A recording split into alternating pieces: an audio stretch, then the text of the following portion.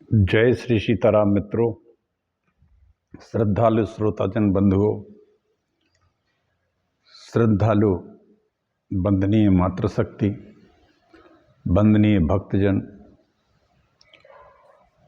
सभी लोगों को मैं टीकमगढ़ मध्य प्रदेश से डॉक्टर राजेंद्र मिश्रा प्रणाम करता। चारों ओर निराशा हो जब, शेष न कोई आशा हो तब फिर बोलो जय श्री राम, जय ही नाम जय श्री राम। भक्त भक्ति भगवंत गुरु चतुर नाम बपु एक, तिनके पद बंदन करो नासत विघ्न अनेक। नमोस्तु रामाय सा लक्ष्मणाय दिव्य चित्तस्य जनकात्मजाय। नमोस्तु रुद्रेन्द्र अमानिलेभ्यो, नमोस्तु चंद्राग्नि मरुद्गणेभ्या। जीते जी है जग का नाता, इसके बाद न कोई निभाता। अंत समय में आता काम, श्री राम जय जय राम। श्री राम जय जय राम। श्री राम जय जय राम। श्री राम जय जय राम। श्री राम जय जय राम। गोपाल वल्लभी प्रिय गोप गोसुत वल्लभम, चरणारविंद महम भजे भजनीय सुर मुनि दुर्लभम। घनश्याम काम अनेक छवि, लोकाभिरामम मनोहरम। किंजल्क बसनम किशोर मूरत, भूरि गुण करुणाकरम। सिर के की पच्छ विलोल कुंडल, अरुण वरुण लोचनम। गुंजावतंस विचित्र सब, अंग धातु भाव भय मोचनम। कच कुटिल सुंदर तिलक, भ्रू राका मयंक समाननम। अपहरण तुलसीदास त्रास, बिहार वृंदावनम वृंदा काननम। अपहरण तुलसीदास त्रास, बिहार वृंदा काननम। गोपाल वल्लभी प्रिय गोप गोसुतम वल्लभम, चरणार बिंदमहम भजे भजनीय सुर मुनि दुर्लभम। आइए मित्रों, हम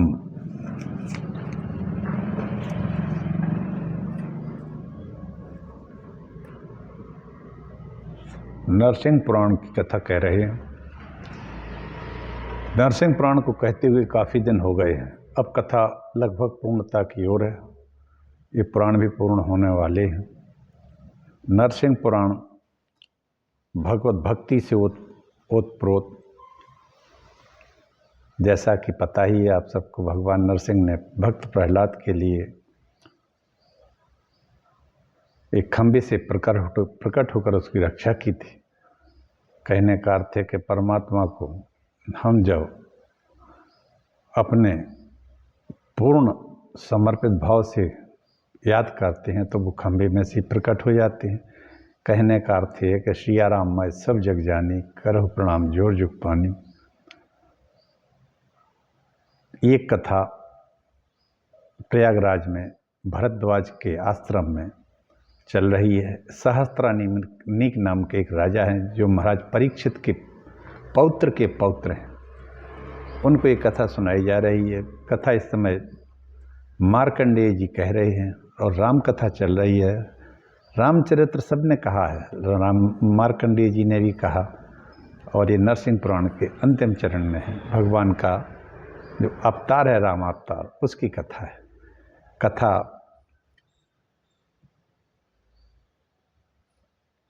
में आज हनुमान जी समुद्र पार लंका में जाएंगे, सीता जी से भेंट करेंगे और लंका दहन करके राम को समाचार देंगे। कथा इतनी है आज की, यहाँ से शुरू होगी। इसके पहले तक की कथा हम कह चुके हैं। मार्कंडेय में भरद्वाज मुनि के आश्रम में, भरद्वाज जी के आश्रम में सहस्त्रानीक सुन रहे, मार्कंडेय जी सुना रहे। ये कथा थोड़ी संक्षिप्त में कही है मार्कंडेय जी ने, लेकिन कथा बहुत अच्छी है। और यह नरसिंह पुराण हमारे 18 पुराणों में से एकादश मानी 11वें नंबर पर आता है, स्थान पर आता है। मार्कंडेय जी कहते हैं, मार्कंडेयवाच सातु रावण नीताया सीताया परिमार्गनम एसम पदबन्वेष्टुम चरणाचरते पति अंजलिम प्रांगमुख कृत्वा सगणायात्मयोत्नये मनसा आवंद रामम च लक्ष्मणम च महारथम। मार्कंडेय कहते हैं, हनुमान के जी के द्वारा हनुमान जी ने रावण के द्वारा हरी गई माता जानकी जी की खोज करने के लिए उनका स्थान पता लगाने को चरणों के मार्ग आकाश से जाने की इच्छा की, लंका की ओर जाने की इच्छा हनुमान जी ने की। इसके पहले तक की कथा में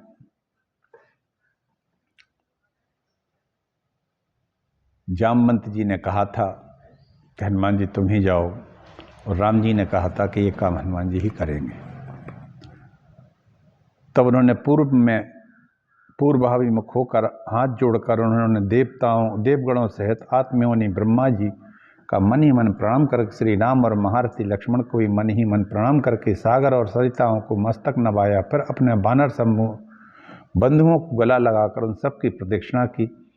तब अन्य सब वानरों ने यह आशीर्वाद दिया कि वीर हनुमान, तुम सकुशल लौट आने के लिए पवित्र वायु से प्रेरित सेवित मार्ग पर बिना विघ्न बाधा के जाओ। यूं कहकर हनुमान जी का सम्मान किया गया।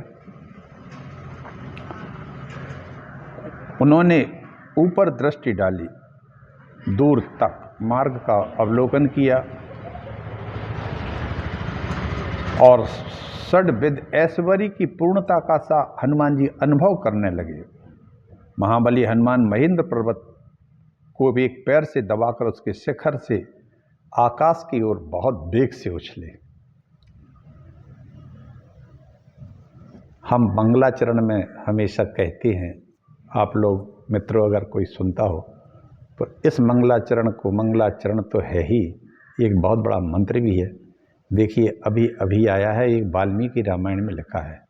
हनुमान जी ने पहले भगवान नमोस्तु रामाय सा लक्ष्मणाय, हनुमान जी ने देखिए इतने सभी लोगों को पहले प्रणाम किया, याद किया।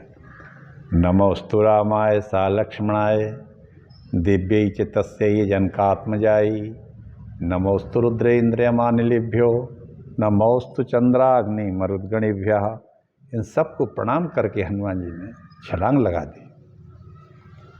जिन जानकी जी को खोजने जा रहे थे उनका भी स्मरण किया है उन्होंने।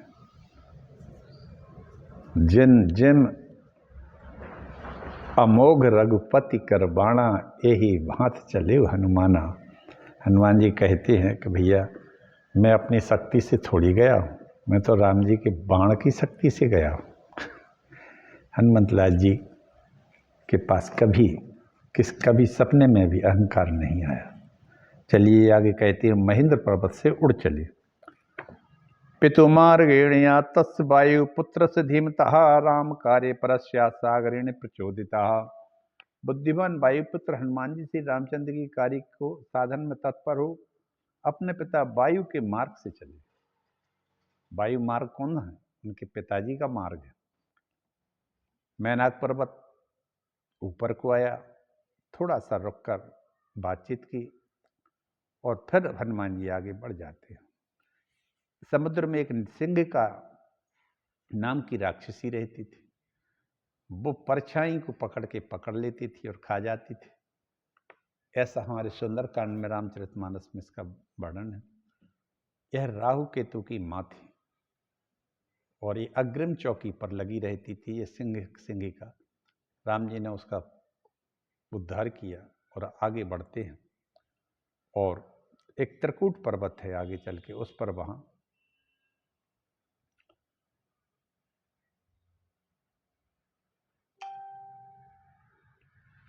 उतर जाते हैं।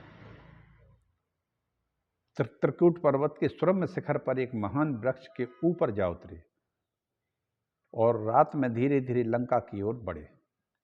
मार्ग में मिली हुई लंका नाम की नगर देवता को जीता। अब लंकिनी नाम की एक जो नगर देवता थी लंकिनी, उस लंका की एक अधिष्ठात्री देवी थी लंकिनी। वो लंकिनी लंका की रक्षा करती थी, कहने का मतलब वो स्वयं की रक्षा करती थी। मसक समान रूप कपिधरी, लंकेहु चले सुमर नरि हरि। नाम लंकिनी एक निश्चरी। वह लंकिनी से बच नहीं पाए हनुमान जी, ये मच्छर जैसे भी थे तो भी नहीं बच पाए। और उसने देख लिया मुष्ट का एक महाकपिहनी, हनुमान जी ने उसको मुख में एक मुक्का मारना पड़ा। रुधिर बमत और मुंह से उल्टी करती है चली ढन मनी और कुल गिर गई। पुन संहार उठी सो लंका, फिर संभल गई। फिर कहती है विकल हुई थी कप के मारे। ब्रह्मा जी ने जहाँ वरदान दिया था कि तुम जब विकल हो जाए तब समझ लेनी कि सभी राक्षस मारे जाएंगे। इस तरह से लंका ने कह दिया कि आप जाइए, और वो परमधाम को चली जाती है। इधर पे प्रवेश कर जाते हैं। सभी राक्षस गहरी निद्रा में सो रहे थे।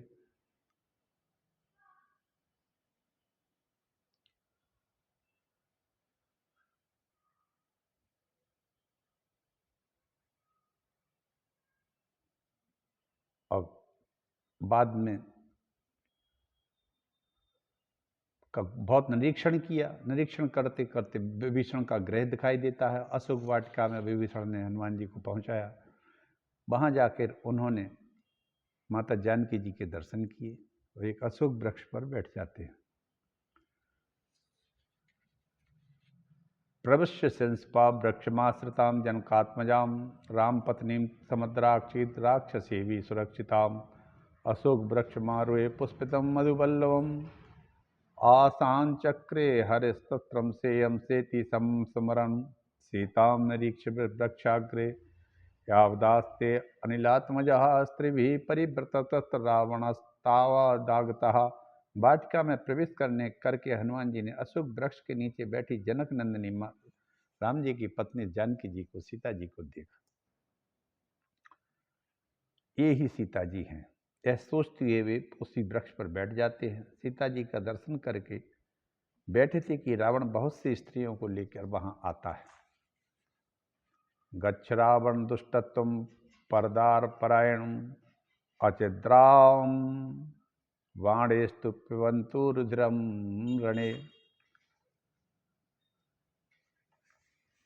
कहा, रावण ने कहता है, रावण सीता से अपनी मन की व्यथा कहता है, स्वीकार करने के लिए कहता है। जानकी जी कहती हैं सीता जी से कि मूर्ख पर स्त्री सेवी दुष्ट रावण, तू चला जा। मैं श्राप देती हूं कि भगवान राम के बाण शीघ्र ही रणभूमि में तेरा रक्त पिएंगे। कहने का मतलब यह है किसी की पर स्त्री से रावण जैसा विद्वान बलिष्ठ व्यक्ति भी बच नहीं सका उनके श्राप से। पातो वो सह सकता ही नहीं था। लेकिन आज के समय में मित्रों, जो आज ये वर्तमान समय चल रहा है, इसमें एक पाप शुरू हो गया है। उसका नाम है लिव इन रिलेशनशिप। अब तो यहाँ बगैर शादी के ही स्त्री पुरुष रहने लगे हैं साथ साथ। एक कैसा एक संक्रमण काल आ गया है इस समय चरित्र का।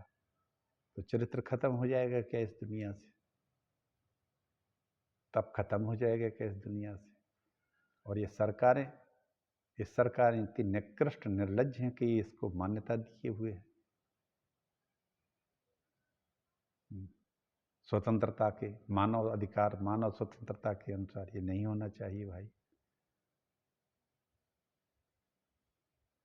चलिए आगे कहते हैं। सीता जी का यह उत्तर सुनकर फटकार पाकर राक्षस रावण राक्षियों से कहा, तुम लोग इस मानव कन्या को 2 महीने के भीतर मेरे वशीभूत कर दो, समझा दो, नहीं तो मैं इसको मार डालूंगा। यह कर वो चला जाता है।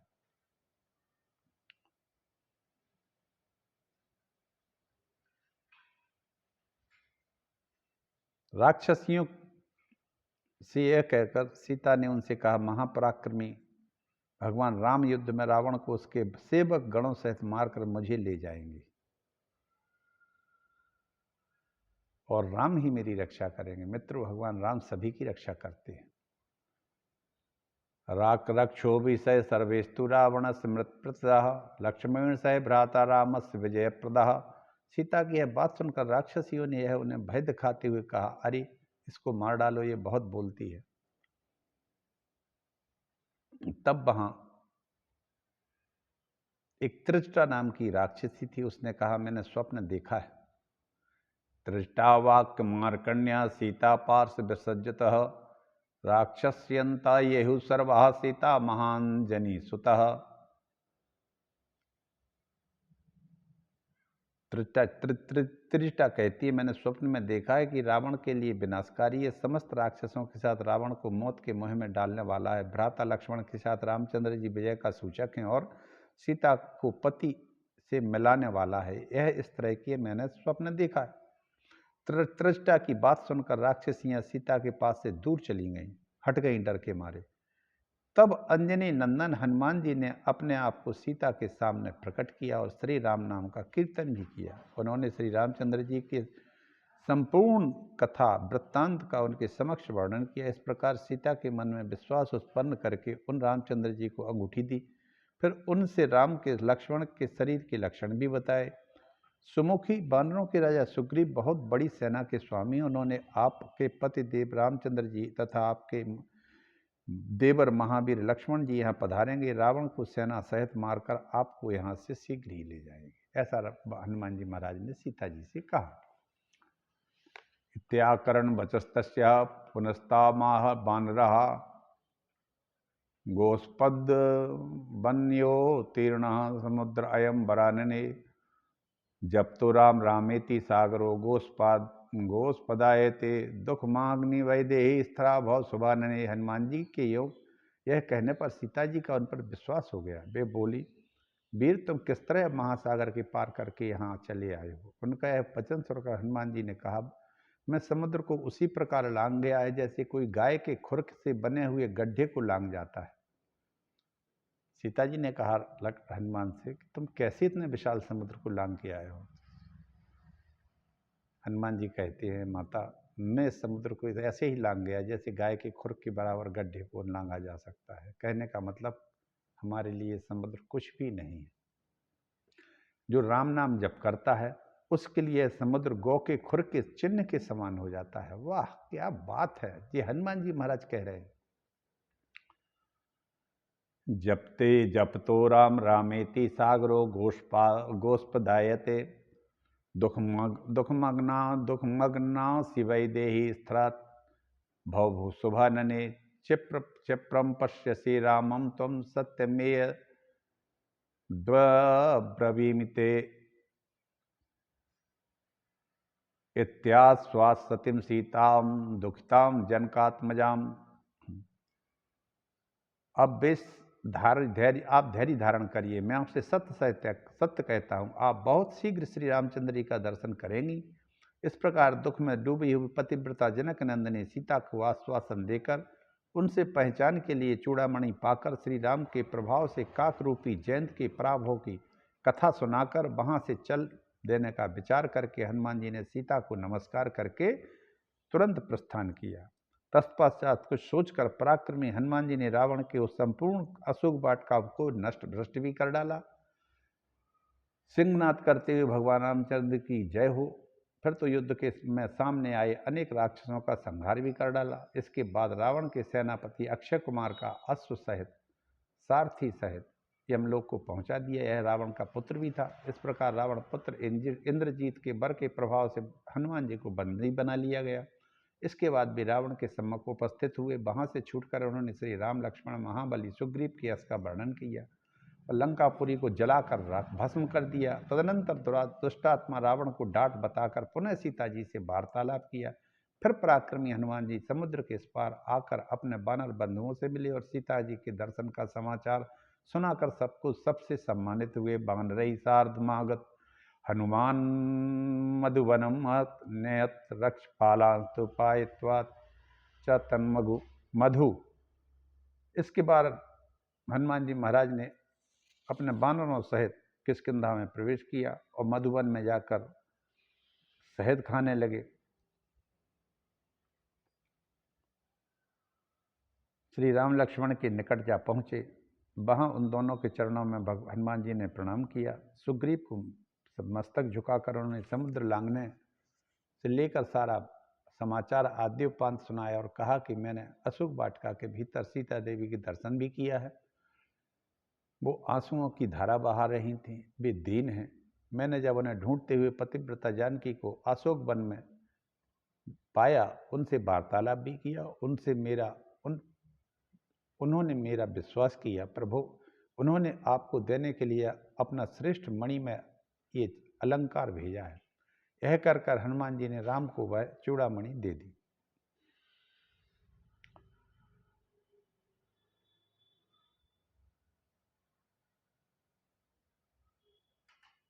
उन्होंने कहा, प्रभु, उस कौवे के थोड़े से अपराध पर उसे दंड देने के लिए आपने अद्भुत कर्म किया था जयंत के लिए।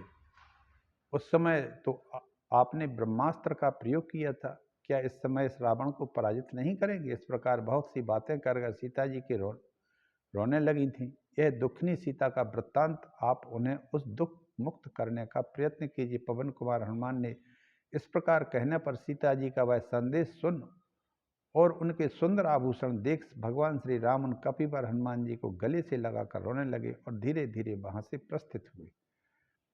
सब पूरी की पूरी बातें जो सीता जी और हनुमान जी के बीच हुई थी वो सब राम जी से हनुमान जी महाराज ने कह दी और उनकी चूड़ामणि भी दे दी और कहा कि राम जी से कहना वो जल्दी से जल्दी मुझे ले जाए और इन सबको का उद्धार भी कर जाए। इसी के लिए वो ले गया था, उद्धार के लिए। मार्कंडेय जी कहते हैं, सहस्त्रानेक इति श्रुत्वा प्रियवार्तां वायुपुत्रेण कीर्तितां रामो गत्वा समुद्रान्तं वानरैः सह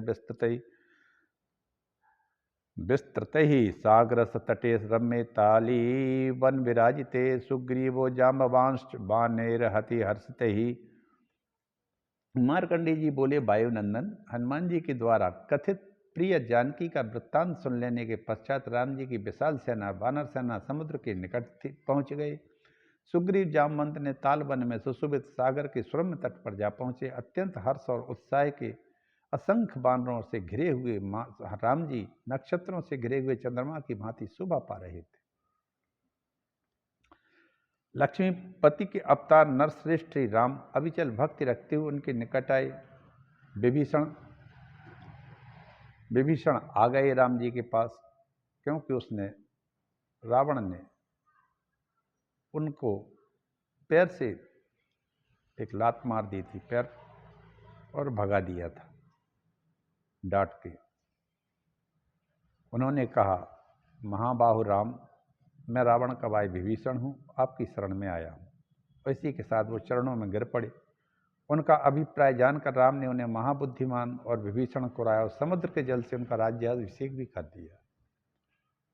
अब लंका का राज्य तुम ही भोगोगे, तुम्हारा ही होगा। यूं कहकर राम ने विभीषण उनके साथ बातचीत करके वहीं खड़े रहे। विभीषण ने कहा, आप तो जगतपति भगवान विष्णु हैं। हे देव, ऐसी चेष्टा करेंगे समुद्र ही आपको जाने का मार्ग दे दे। अपार कांतिमान उनके यूं कहने पर रामचंद्र जी बानरों के साथ समुद्र के तट पर बैठ गए, लेटे रहे। अपार कांतिमान भगवान श्री राम को वहां लेटे लेटे 3 दिन और 3 रात बीत गए 3 दिन बीत। बोले, राम सकोप तब भय बिन होत न प्रीत। राम जी को गुस्सा आ जाता है। गुस्सा होते ही महापते लक्ष्मण जी बोलते हैं श्री राम जी से कि आपका क्रोध तो ब्रह्मांड को प्रलय कर देगा। इस समय इस कोप को दबा लें, क्योंकि आपने प्राणियों की रक्षा के लिए अवतार लिया है। हे देवेश्वर, क्रोधस्ते लय करता ही एनम जहि महामते भूतानाम राग रक्षणार्थाय अवतारस्त्वया कृतः राम जी के क्रोध को देखकर लक्ष्मण जी ने कहा, आप इतना भयानक क्रोध ना करें रघुनाथ जी, पूरा ब्रह्मांड ही खत्म हो जाएगा आपके क्रोध से। तो यूं कहकर उन्होंने श्री राम के उस बाण को पकड़ लिया। उधर 3 रात बीत जाने पर रामचंद्र जी के कुपित देखकर अग्नि बाण से भयभीत समुद्र मनुष्य का रूप आया लेकर के, मुझ अपराध की क्षमा करे। और उन्होंने कहा कि रघुनंदन, मैंने आपको जाने का मार्ग दे दिया है। आपकी सेना में वीरवर नल पुल बनाने में निपुण हैं। उनके द्वारा आपको जितना बड़ा अभीष्ट पुल चाहिए उतना बड़ा पुल निर्माण करा लीजिए। ततो नलमुखैररण्यैर्वानरारैरमितौज से ही वंदे त्वा महासेतुम तेन गत्वा च राघव सा राघवा। तब भगवान राम ने नल की आदि अमत तेजस्वी वानरों द्वारा बहुत बड़ा पुल बनवाया और उसी के द्वारा समुद्र के पार जा गए और सुबेल नामक पर्वत पर पहुंच गए। और डेरा वहां अंगद ने देखा कि दुष्ट रावण महल के अट्टालिकाओं पर बैठा हुआ है। उसे देखते ही भगवान राम की आज्ञा लिए दूतकारी में संलग्न उछल कर रावण के पास पहुंच जाते हैं। जाते ही उनका रोष पूर्वक रावण के मस्तक पर लात मारी। उस समय देवताओं ने महापराक्रमी अंगद जी की ओर बड़े विस्मय के साथ देखा। इसके बाद सभी बानरों ने लंका को घेर लिया। तब श्री राम ने चारों ओर देख लक्ष्मण के साथ बुलाकर, भाई हम समुद्र तो पार कर लिया, अब सुग्रीव के सैनिकों ने राक्षसों की राजधानी लंका को आनन फानन में अपना ग्रास सा बना लिया है। पुरुषार्थ से जो कुछ सिद्ध हो, आगे जो कुछ होना है वह भाग्य अथवा धनुष के अधीन है। लक्ष्मण जी बोले, भाई राम जी से, कातर पुरुष के हृदय को अवलंबन देने वाले भाग्य या देव का से क्या होने वाला है। जब तक हमारी भ्रुकुटी रोष से तनकर ललाट के ऊपर तक नहीं जाती है, तब तक प्रत्यंचा धनुष के अग्रभाग पर नहीं चढ़ती है, तभी तक निशाचर राज रावण का दर्प त्रिभुवन का मूलोच्छेदन करने वाला उसकी भुजाओं के भरोसे से बढ़ता रहे।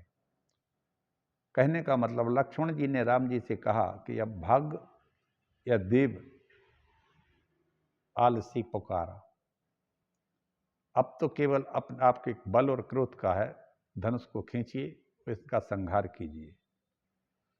ऐसा विचार करके लक्ष्मण जी ने उसी समय भगवान श्री राम के कान में मुँह लगाकर कहा, अब इस समय इस बात की परीक्षा अथवा जानकारी के लिए अंगद अपने पिता बाली से बैर जनित वध का स्मरण करके भी आप में कितनी भक्ति रखता है, इसमें कितना पराक्रम है, इसके अब कैसे रंग ढंग है। अतः आप अंगद को पुनः दूतकारी में करने का आदेश दीजिए। राम जी, बहुत अच्छा कर अंगद, तुम्हारे पिता बाली ने दशकंठ रावण के प्रति जो पुरुषार्थ किया था उसका हम भी वर्णन नहीं कर सकते हैं। उसकी याद आते ही हर्ष के कारण हमारे शरीर में रोमांच आ जाता है।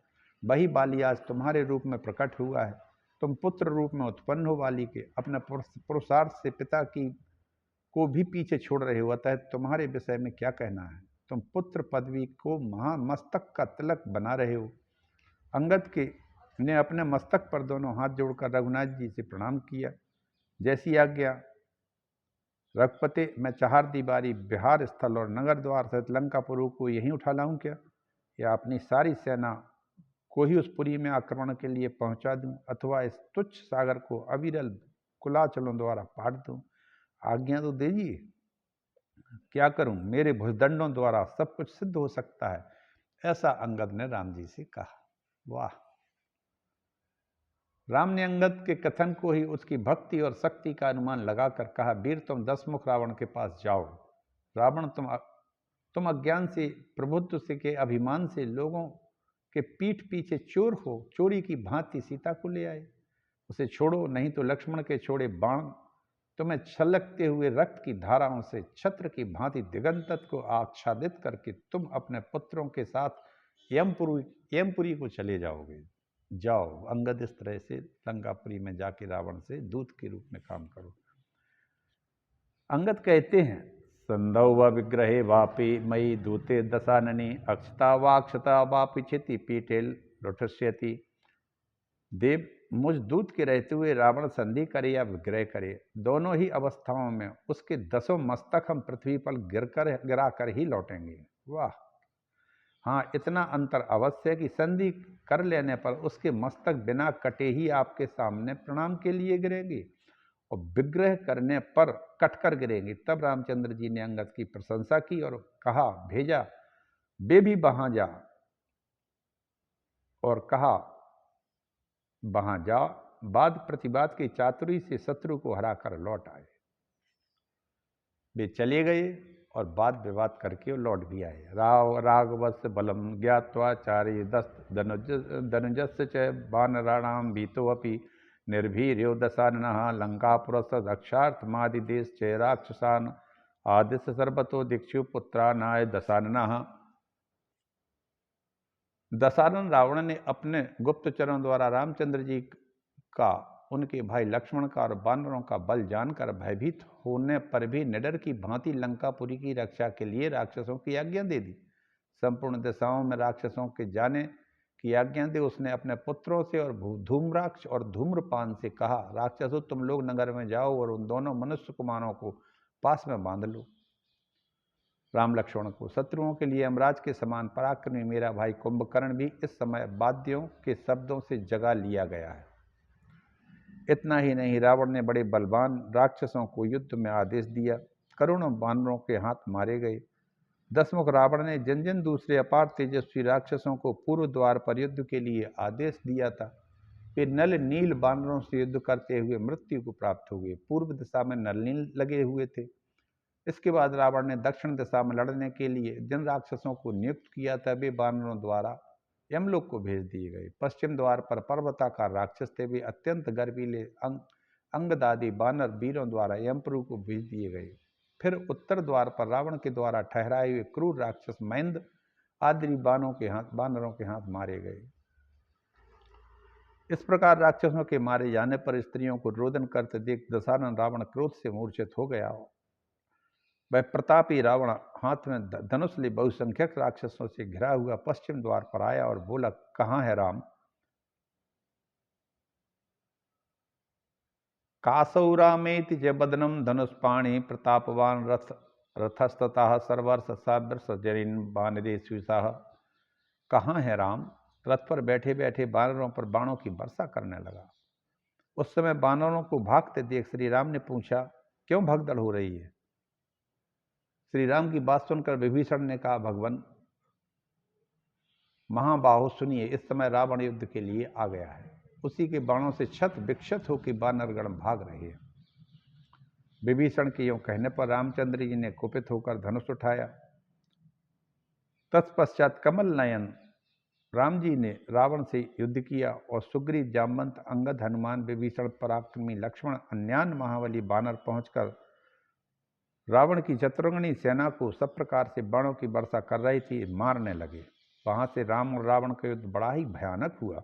रावण जिन जिन अस्त्रों का प्रयोग करता था, उन सबको बाणों द्वारा भगवान ने, महाबली श्री रामचंद्र जी ने एक बाण से सारथी को, 10 बाण से उसके घोड़ों को धराशायी करके एक भल्ल नामक बाण के द्वारा रावण के धनुष को भी काट दिया।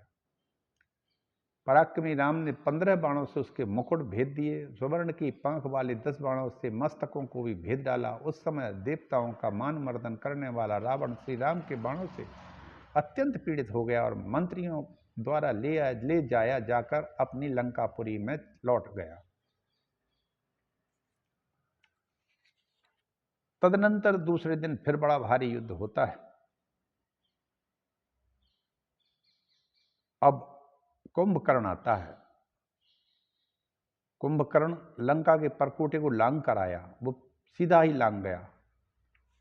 कुंभकर्ण आवत रण रंगा, चला दुर्ग तज सैन्य न संगा। वो दुर्ग के ऊपर से ही लांग के आ जाता है, अपने साथ कुछ भी नहीं लाया, न सेना साथ लाया न कुछ भी लाया, अकेला ही आ जाता है।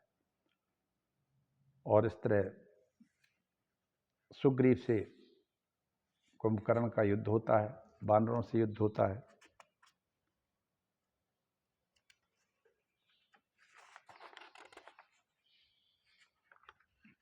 तत्पश्चात राम ने रण में सब ओर युद्ध करते हुए राक्षस आदिपतियों को चारों ओर से वानरों द्वारा मरवा कर अपने तीखे बाण से कुंभकर्ण का भी गला काट दिया। और वहां आए हुए साक्षात गरुड़ के द्वारा इंद्रजीत को भी जीतकर बानरों से घिरे हुए श्री रामचंद्र जी लक्ष्मण सहित बड़ी शोभा पाने लगे। युद्ध में कुंभकर्ण ही मारा गया और साथ में मेघनाद भी मारा जाता है। इंद्रजीत का उद्योग व्यर्थ हो गया। कुंभकर्ण के मारे जाने पर रावण ने क्रुद्ध हो अपने पुत्र त्रिसरा को भेजा, अतिकाय को भेजा, महाकाय को, देवांतक, नारांतक से कहा पुत्र वर उन दोनों मनुष्यों राम और लक्ष्मण को मार डालो। महोदर और महापार्श्वक नामक राक्षसों से कहा तुम दोनों इस संग्राम में शत्रुओं का वध करने के लिए उद्यत हो जाओ। रणभूमि में उपर्युक्त शत्रुओं को आकर युद्ध करते देख लक्ष्मण ने तीखे बाण से मारकर सबको यमलोक भेज दिया। सुग्रीव ने बलाभिमानी कुंभ नामक राक्षस को मारा। हनुमान जी ने निकुंभ को मार दिया। ये कुंभकर्ण के बच्चे थे, लड़के थे दोनों, जो मारे गए। विरूपाक्ष भी विभीषण के द्वारा मार डाला गया। मेंद ने स्वपति का, इस तरह सब साक्षियों का संहार हो गया। निशाचरों का संहार किया। नरेश्वर युद्ध में राम जी ने संग्राम भूमि में बाणों की वर्षा करके महालक्ष्य और महाचल नामक राक्षसों को मौत के घाट उतार दिया।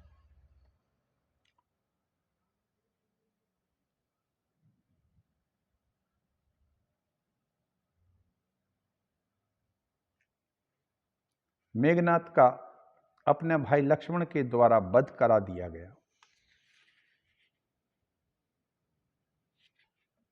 इस प्रकार पुत्र मित्रादि समस्त राक्षस बंधु मारे गए। दस्युष रावण वेगशाली सुशिक्षित अश्वों से युक्त विचित्र रथ में बैठकर लंका के द्वार से फिर निकलता है। तपस्वी का वेश बनाए हुए वह राम कहाँ है? बानरों के बल द्वारा योद्धा बना हुआ है। राक्षस राज रावण ने यह बात बड़े जोर से कही। यह सुनकर भगवान राम ने दशानन रावण को आते देख उससे कहा, अरे दुष्ट आत्मा रावण, मैं ही राम हूं और यहाँ खड़ा हूं, तू मेरी ओर चला आ। अथायांतं तु तं दृष्ट्वा रामः प्राह दशाननं रामो अहमत्र दुष्टात्मन्नेहि रावण माम प्रति। यूं कहकर लक्ष्मण ने कमल नयन श्री रामचंद्र जी से कहा, महाबल आप अभी ठहरें,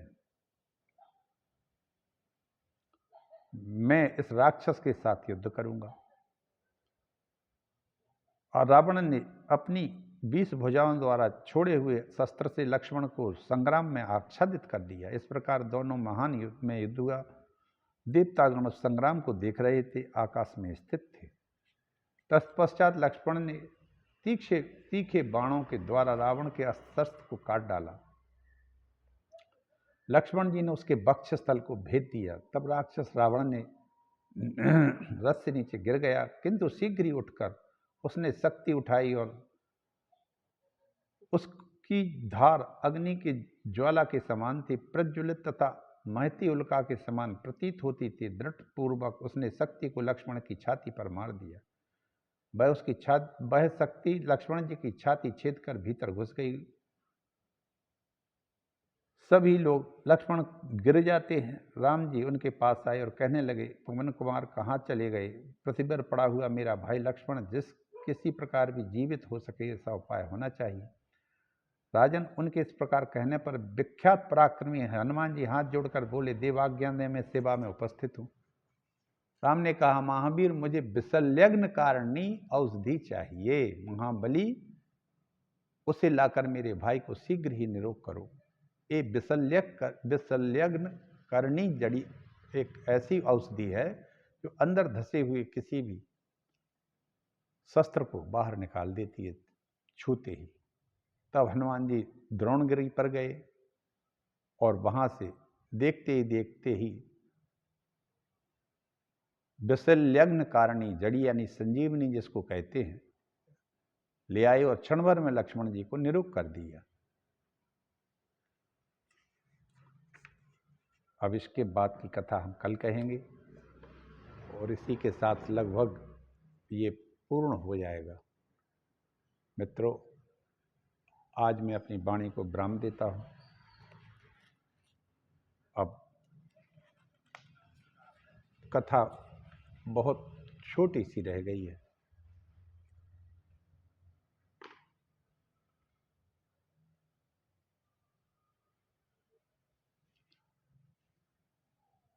तब हनुमान जी बड़े वेग से उछले और द्रोणगिरी गए।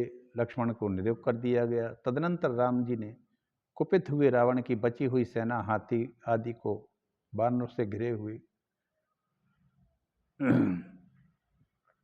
रावण का शरीर जर्जर कर दिया। रावण निश्चेष्ट होकर गिर पड़ा। फिर धीरे धीरे होश में आने पर उठकर कुपित सिंहनाद करके उसकी गर्जना सुनकर आकाश बरती देवता लोग दहिल गए। इस प्रकार रावण के प्रति बैर बांधे हनुमान जी महामुनि अगस्त श्री राम जी के पास आए। शत्रुओं पर विजय दिलाने के लिए आदित्य हृदय नामक स्तोत्र मंत्र का उपदेश दिया।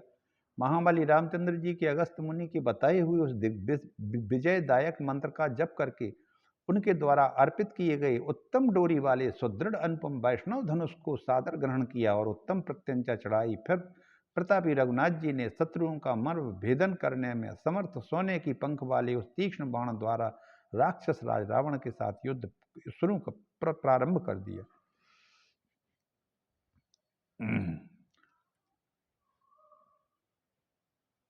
इस प्रकार दोनों राम और रावण के परस्पर युद्ध करते समय छोड़ी हुई अग्नि की ज्वाला उठ उठकर आकाश में फैलने लगी।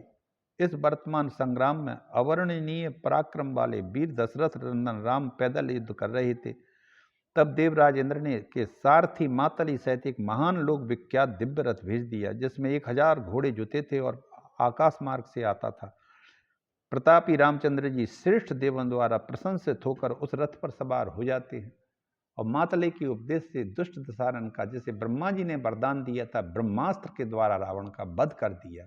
इस प्रकार प्रतापी भगवान श्री राम ने अपने क्रूर बैरी रावण का संहार कर दिया। श्री राम जी के द्वारा शत्रु रावण का उसके गणों सहित वध हो जाने पर इंद्र आदि सभी देवता परस्पर कहने लगे, साक्षात भगवान विष्णु ने ही श्री राम अवतार लेकर हमारे बैरी रावण का वध कर दिया, जो दूसरे के लिए अवध था। सभी देवतागण विमानों द्वारा पृथ्वी पर उतर आए। जगत के रचयिता विश्व मूर्ति सनातन पुरुष विजयशील भगवान विष्णु के स्वरूप अविनाशी परमात्मा श्री राम का लक्ष्मण सहित विधिवत पूजन करके उन्हें सब ओर से घेरने लगे। सब परस्पर कहने लगे, देवगण देखो, ये रामचंद्र जी हैं, ये लक्ष्मण जी हैं, ये सूर्यनंदन सुग्रीव हैं, ये वायुपुत्र हनुमान जी हैं, ये अंगद आदि सभी वानर वीर विराजमान है। तत्पश्चात रामचंद्र जी और लक्ष्मण जी के मस्तक पर देवांगनाओं के हाथ से जो छोड़े गए फूलों की वर्षा हुई। उस समय वह दिशाएं उन समस्त दिव्य पुष्पों से सुवासित होने लगी। तदनंतर ब्रह्मा जी हंस की सवारी से वहां आए और अमोघ नामक स्तोत्र से भगवान श्री राम की स्तुति करने के उनसे बोले, तुम ब्रह्मा जी कहते हैं उस रणांगन में, तुम विष्णुरादिर्भूता नात्मनंतो ज्ञान दृक् प्रभु, त्वमेव शाश्वतम ब्रह्म वेदांतम विदितम परम, त्वया यदद्य नेतो रावणो लोक रावणः तदासु लोक सर्वलोकानां देवानां कर्म साधितम। ब्रह्मा जी बोले, प्राणियों के आदि कारण अविनाशी राम ज्ञान दृष्टि भगवान विष्णु हैं। आप ही वेदांत विख्यात सनातन पर ब्रह्म है। आपने आज जो संपूर्ण लोकों को रुलाने वाले, कष्ट देने वाले रावण का वध किया है, इससे समस्त लोकों में देवताओं का कार्य सिद्ध हो गया है। ब्रह्मा जी इस प्रकार कहने के पश्चात भगवान शंकर ने पहले रामचंद्र जी को प्रेम पूर्वक प्रणाम किया। वाह!